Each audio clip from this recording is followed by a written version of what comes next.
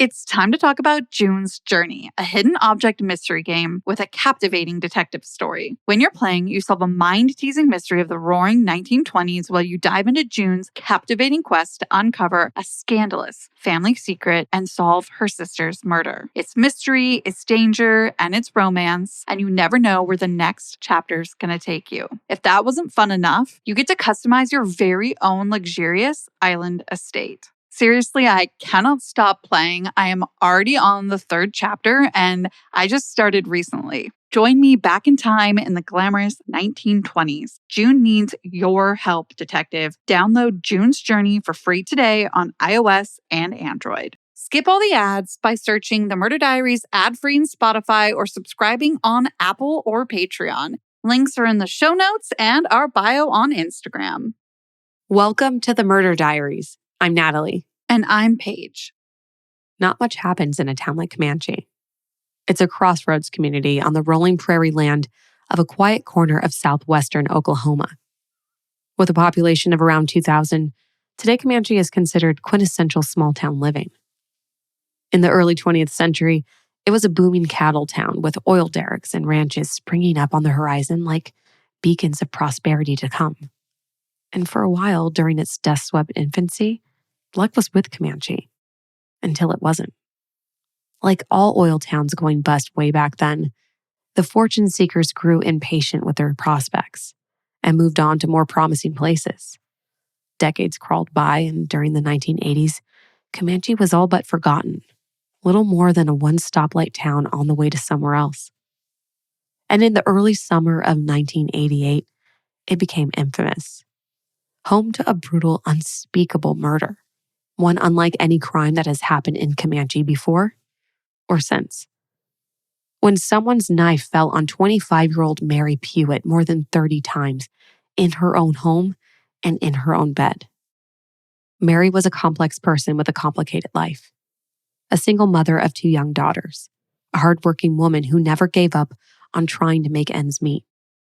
And a person who was just beginning to put some of life's broken pieces back together.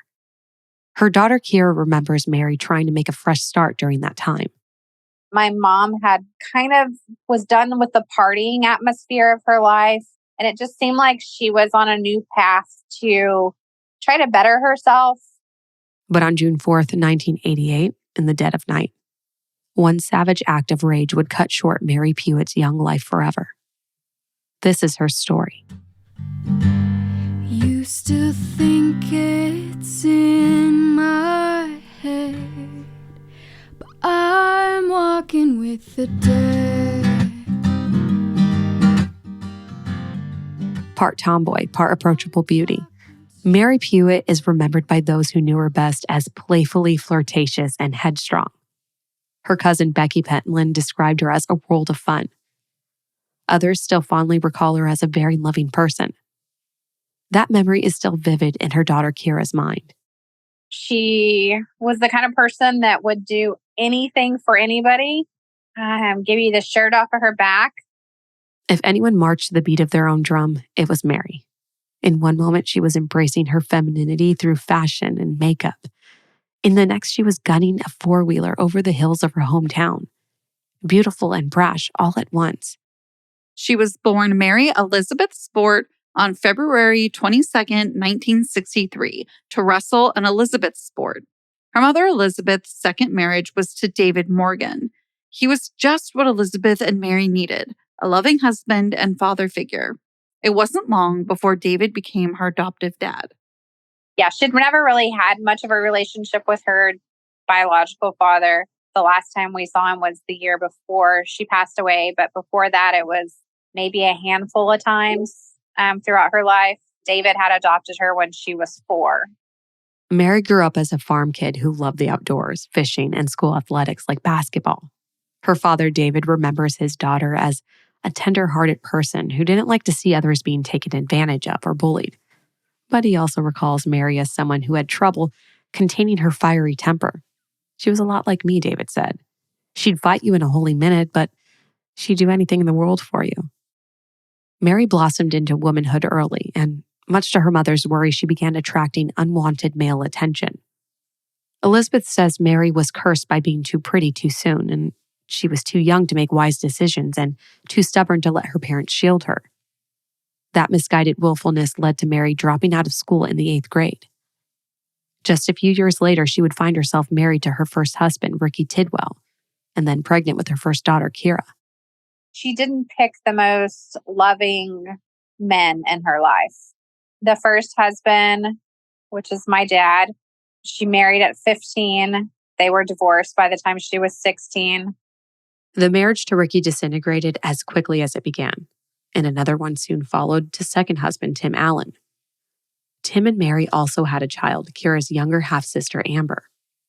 After several rocky years, Tim and Mary parted ways, and Mary met and wedded her third and final husband, Stan Pewitt.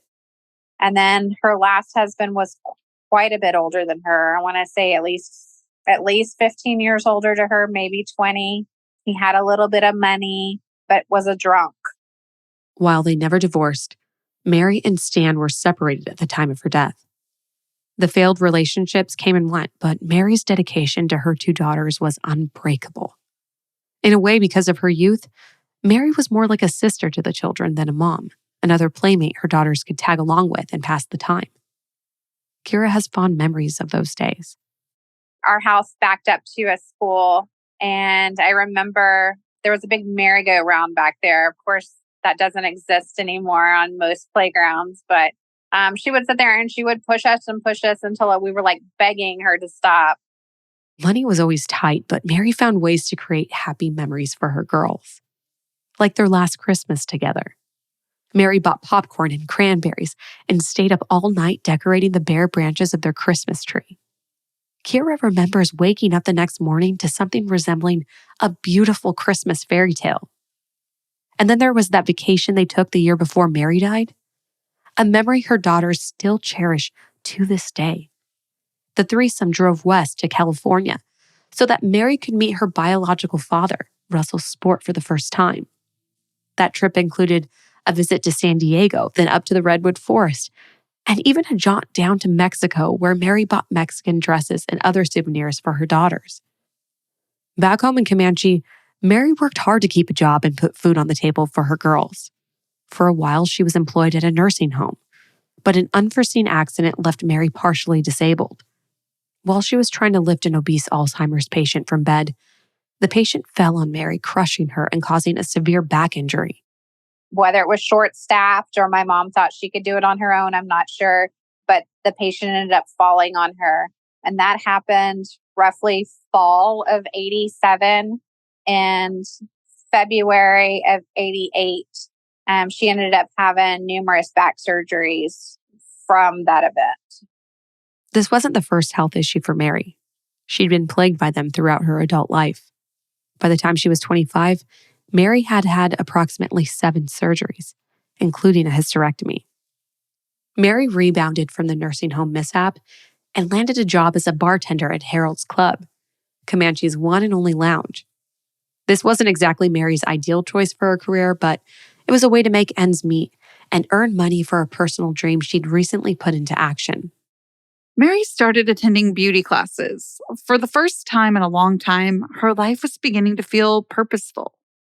She knew she was going to get a settlement from the workman's comp situation. She had talked about going back to school, and it just seemed like for once things were headed in the right direction. And then the unimaginable happened. On the morning of June 4th, 1988, Mary's daughters Kira and Amber were with Elizabeth and David, Mary's parents. The girls had stayed the night with their grandparents, but it was time for them to go home so that Elizabeth could join her friends at a weekly Weight Watchers meeting.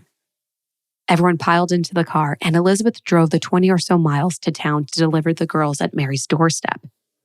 They had barely pulled into the driveway when Kira and Amber jumped out of the Toyota, rushed to the house, excited to be home and anxious to see their mom.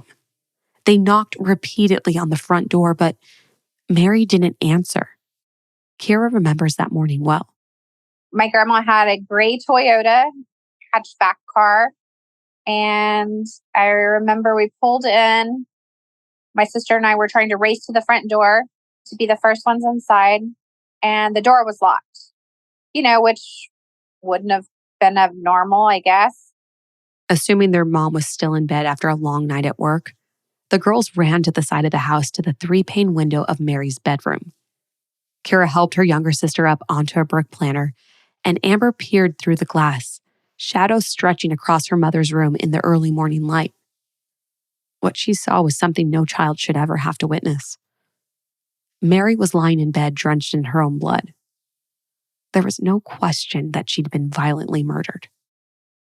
The previous day on June 3rd, Mary left Kira and Amber at David and Elizabeth's house.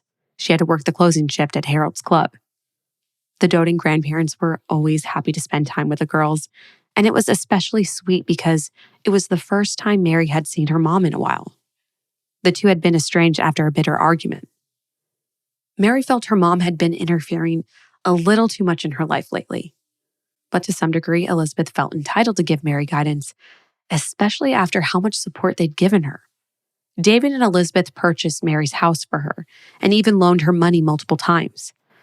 Still, all the attention from her mom had boiled over for Mary, who just wanted to be more independent and live her own life, especially now that she was newly separated from Stan Pewitt.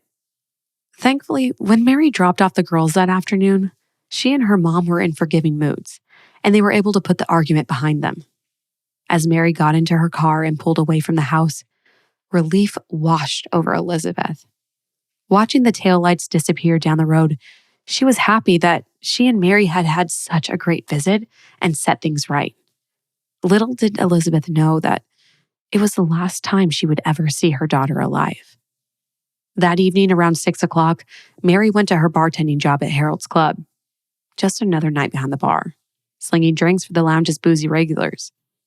Shortly before midnight, Mary declared last call, ushering the last of the patrons out into the night.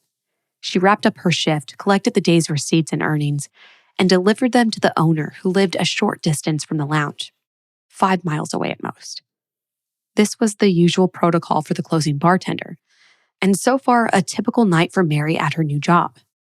We know for sure that the bar closed at 12. My understanding is it wasn't a very long thing. It was pretty much drop it off and headed home. We know she probably arrived home at about 12:20, 12:30. What happened after that? The events that occurred in the small window of time after Mary arrived home from her shift at Harold's Club varied, depending on who you asked.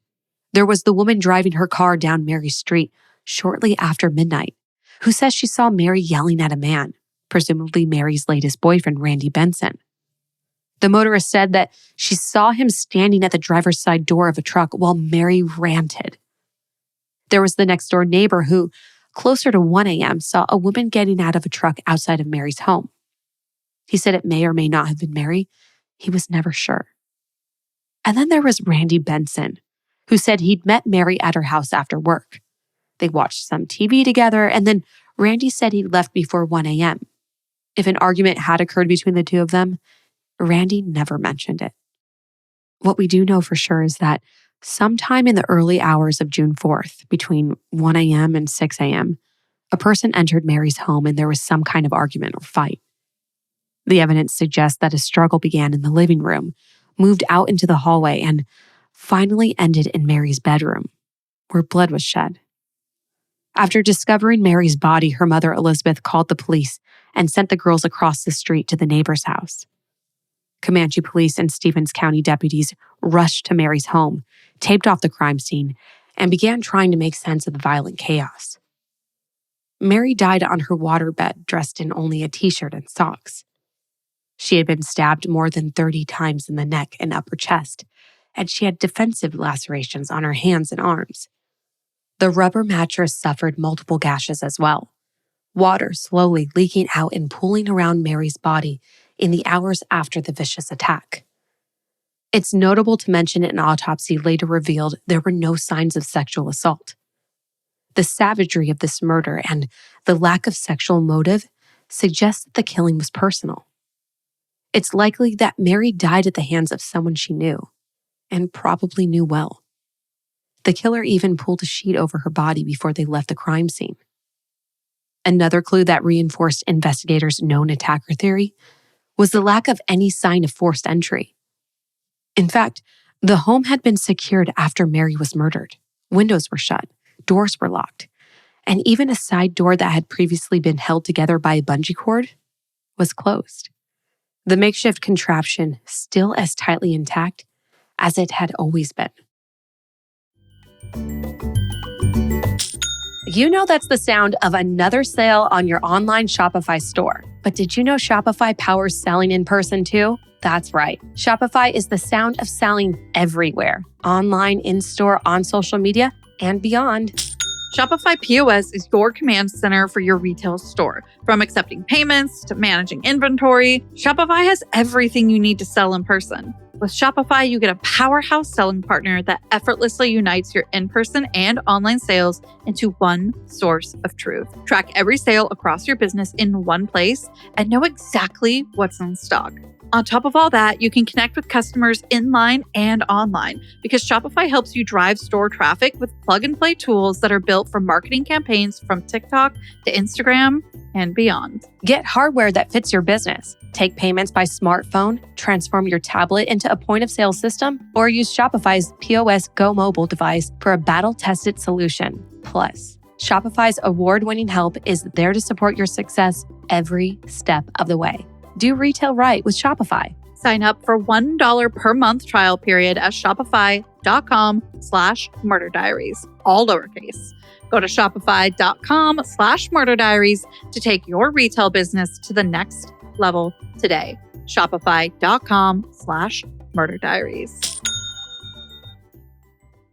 It was clear now to authorities on the scene that the killer probably knew the home, knew how to get in and out, and was almost certainly familiar with the victim. Investigators canvassed the neighborhood for more clues, which led them to the eyewitnesses we talked about earlier, the neighbor and the passing motorist. We know now that there was a lady that drove by. My mother is seen on the porch of our house, and her boyfriend, Randy Benson, is seen at his car door. The lady said she knew it was him because the dome light of the car was on and she could see him. The woman driving past Mary's house was an EMT, just off the clock after finishing up her own late shift, on her way to pick up her kids from a babysitter who lived a couple houses away. She told investigators that the sounds of the argument continued to echo up the street even after she arrived at the babysitter's driveway. They could still hear them arguing. And then she probably left the babysitters roughly 15 minutes later. And there is no car at my mom's house other than my mom's, and it is quiet. The neighbor who saw Mary that night was Jeff Arnold. He and his wife lived next door and had just returned home from a trip to Colorado, so they were up late. When he heard his dogs barking outside, Jeff went to his porch to check out the commotion. That's when he noticed a truck on the street in front of Mary's house, facing the wrong direction toward the oncoming lane. A pickup pulled up to the house who I assumed was her, Jeff said years later. I saw a female get out and go to the house. I assumed it was her, but it was dark and I couldn't tell. Comanche Police and Stevens County's deputies worked the crime scene. They dusted for fingerprints, collected forensic evidence, including cigarettes, beer cans, and hair, and took photographs throughout Mary's home. All of this was turned over to the OSBI, the Oklahoma State Bureau of Investigation. But there was another crucial piece of evidence that was found: a sample of what might be the killer's DNA. The next step in the case was determining who had personal relationships with Mary, especially any boyfriends or husbands. Local law enforcement, along with the district attorney's investigators, chased down every single lead they could get their hands on. Because Randy Benson was Mary's current boyfriend and one of the last people to see Mary alive, he immediately became the first person of interest early in the investigation. Randy and Mary had been dating for several weeks at the time of her murder, so it wasn't a surprise when, after word spread about her death that morning, he joined the throng of neighbors, family, police, and reporters outside Mary's house. He immediately complied with investigators, willingly going down to Comanche Police headquarters to be interviewed. Randy maintained that the night she was killed, he met Mary at her house around 12:45 a.m., and they watched TV together. He didn't stay long because he promised his 11-year-old son that he would come home and play video games with him. Randy's mother and son provided an alibi that loosely fit that story. But that doesn't match the story Randy told Mary's daughter Kira many years later. Randy told her, "I keep thinking I should have stayed. My son said be here at midnight, and I promised him I would. I left Mary's at 11:50 and sped home and got home exactly midnight." This more recent midnight promise story is inconsistent with what he told investigators in 1988, off by almost an hour. Randy originally said he'd watch TV with Mary until 12:45 a.m. It also doesn't match Mary's movements that night. She didn't leave work until after midnight. So there's no way she and Randy would have been at her home before then, watching TV together. The question remains, did Randy Benson leave to go home to his son at 11:50 p.m. or 12:45 a.m.? Did he even leave Mary's house at all? These are questions that we'll never have answers to. Randy Benson has since died. Investigators also looked into Mary's first husband, Ricky Tidwell. Mary's father, David, reported seeing Ricky pull up outside Mary's home a night or two before Mary had been killed. But Ricky Tidwell had someone to account for his whereabouts. His mother told authorities that he'd been out of town the night Mary died.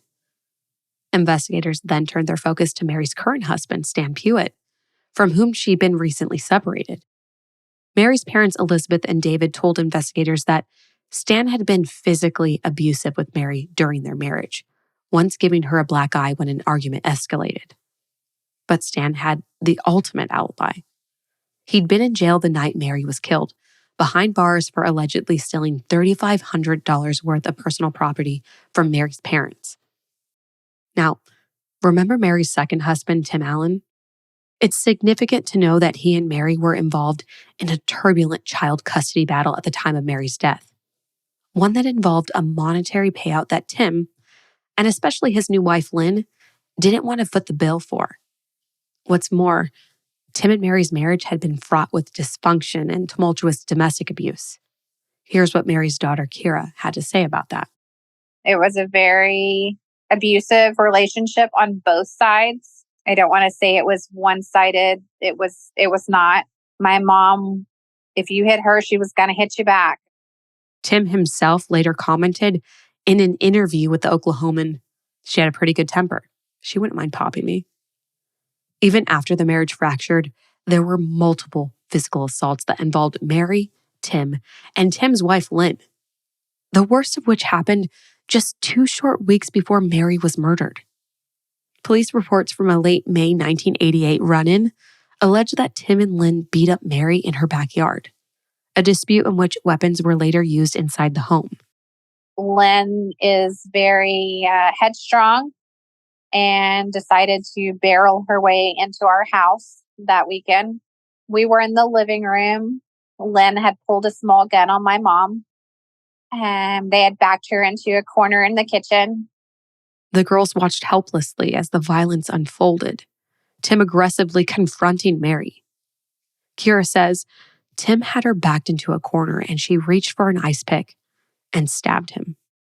Could this altercation have been the catalyst for Mary's murder? Was her death Tim Allen's rage-fueled revenge? I believe that whatever happened to my mom was very personal. Someone else authorities had a close eye on was Don Allen Jr., Tim Allen's brother. A repeat offender for drug possession and trafficking, he was high on the list of suspects in this case because of an alleged drug run he says he took with Mary shortly before her death. Allen Jr.'s story is that he put the run together and that he and Mary, along with several other unknown men, drove to Texas to acquire drugs and bring them back to Oklahoma. According to Allen Jr., Mary kept the drugs, and he had no idea what she did with them.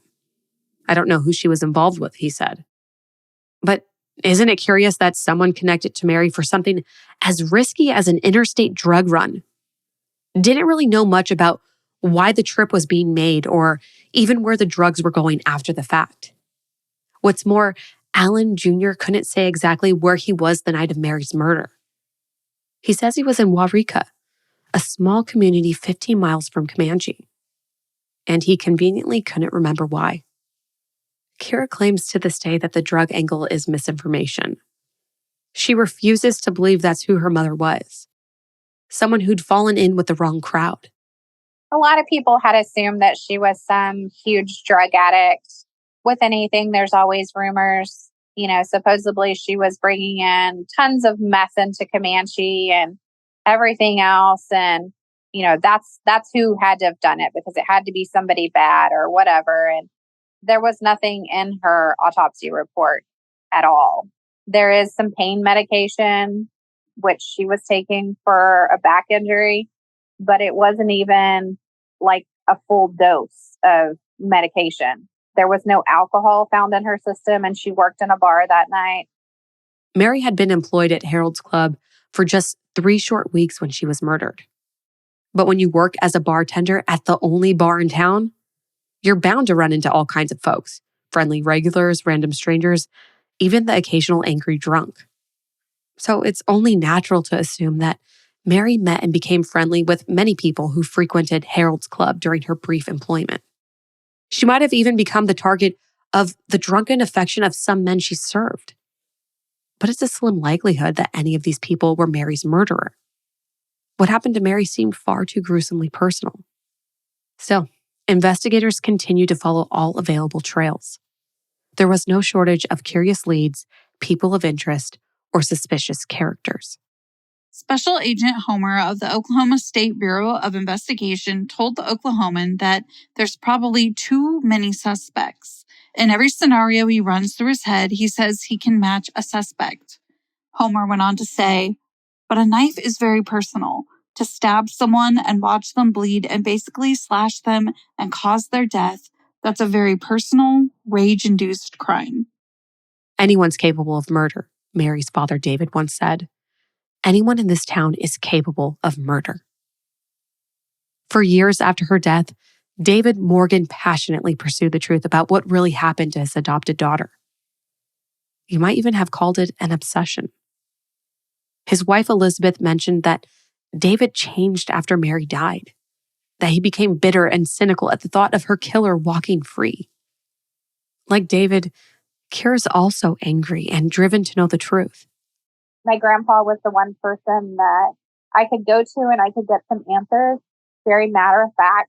And the older I got, the more he felt comfortable talking to me about it. In retirement, David Morgan earned a degree in criminal justice in hopes of using it as a tool to help solve the mystery of Mary's murder. Investigators had long since given up on her, but David Morgan never did. A parent's responsibility doesn't end in death, David said. I found that out. You gotta keep plugging. So David kept investigating, going back to decades-old evidence on a lonely quest for parental justice. He dedicated the rest of his life trying to keep her case alive, to find the answer to the question that haunted him most. Who killed his daughter? That day, and that answer never came for David Morgan. He died in 2011. Mary's mother, Elizabeth, gave up hope for answers long before David did. In fact, the very thought of what happened to Mary and who was responsible for her death became something that she could no longer bear. Elizabeth wanted to be done with the news stories and the publicity, to put it all in God's hands, to unburden her heart of the hate for the person who took Mary away from her. Doing otherwise must have seemed futile to Elizabeth. It would only have served to heap more misery upon misery. Elizabeth Morgan would ultimately find a sad kind of peace. A tragic way of putting it all to rest. She succumbed to Alzheimer's disease. But Kira hasn't given up the fight for justice for her mother. In 2014, she turned to social media to help find Mary's killer and even began a petition to have the case reassigned and reopened. Kira created a Facebook account that is still active today and has nearly 1,000 followers.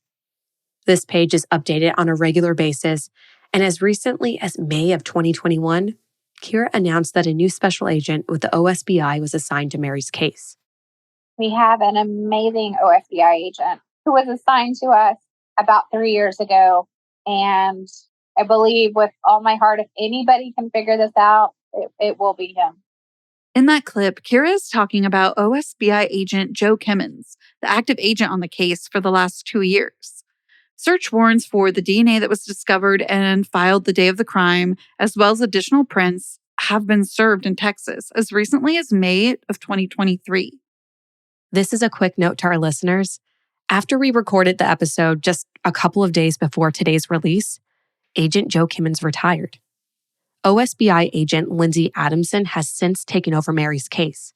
Her email is lindsay.adamson@osbi.ok.gov.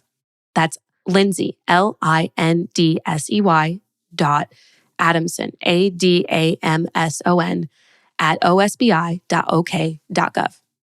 Finally, there seems to be some renewed momentum to thaw a decades-long cold case that Kira has been desperate to solve. The murder of a vibrant young mother in the prime of her life is tragic. That the crime still goes unsolved to this day makes it even more desperately frustrating and sad. Closure matters, especially for the friends and loved ones left behind with so many unanswered questions. Mary Pewitt's killer could be anyone, some stranger who rolled into town more than 35 years ago to commit a random thrill kill and then disappear for good into the sweltering Oklahoma night. Or worse, and most plausibly, the person who murdered Mary Pewitt is someone she probably knew in a very personal way. The killer could still be living among the locals of Comanche right now, idling next to them at a traffic light, sitting beside them on a church pew, handing a receipt to them at a local business. Harold's Club is no longer open today, but Comanche has another watering hole in its place. Maybe the killer drops by there every now and then for a beer or two. Until the murder is solved, we'll never know any of this. But what we do know is the story of Mary herself. And it feels very familiar because she was like any one of us. A person, a daughter, a lover, a spouse, a parent, someone who was cherished by family despite her troubles and flaws. Her adoptive father, David Morgan, may have said it best. She was good and she was bad. She was just human. She was Mary Morgan Pewitt. As of the recording of this podcast episode, Mary Pewitt's case remains Comanche, Oklahoma's one and only unsolved homicide. We encourage you, each and every one of our listeners, to go to the Mary Morgan Pewitt Facebook page. You can follow it at facebook.com/Justice for Mary Morgan. If you or anyone you know has information about Mary's death, call 1-800-522-8017. That's 1-800-522-8017. Or you can submit a tip online by emailing tips.osbi.ok.gov. You can do so anonymously. The Oklahoma State Bureau of Investigation is offering a $10,000 reward for information that leads to the killer of Mary Pewitt. Make sure you follow us on all of our socials at The Murder Diaries Pod. And remember, Stay safe. bye. Seeking the truth never gets old. Introducing June's Journey, the free-to-play mobile game that will immerse you in a thrilling murder mystery. Join June Parker as she uncovers hidden objects and clues to solve her sister's death in a beautifully illustrated world set in the Roaring '20s. With new chapters added every week, the excitement never ends. Download June's Journey now on your Android or iOS device or play on PC through Facebook Games.